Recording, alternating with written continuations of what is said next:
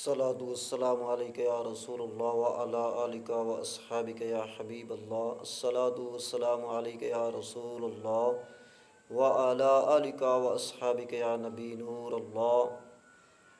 حضرات گرامی، حضرت امیر اہل سنت حضرت مولانا محمد الیاس عطار قادری دامت برکاتہم العالیہ اپنی کتاب فیضان نماز کے صفحہ نمبر 525 میں خوف خدا سے رونے کی فضیلت کا کچھ یوں بیان کرتے ہیں کہ اے عاشقان رسول، دیکھا کہ آپ نے بزرگ خاتون خوف خدا سے رو رو کر نابینا ہو گئیں۔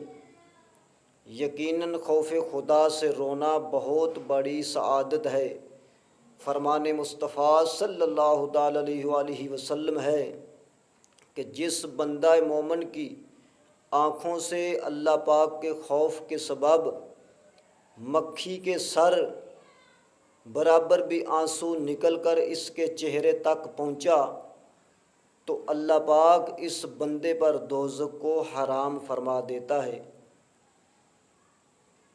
تو دعا ہے کہ اللہ تبارک و تعالی ہم سب کو خوف خدا دل میں رکھ کر اللہ تبارک و تعالی کی بارگاہ میں گڑ گڑا کر رو رو کر دعائیں کرنے کی توفیق عطا فرمائے۔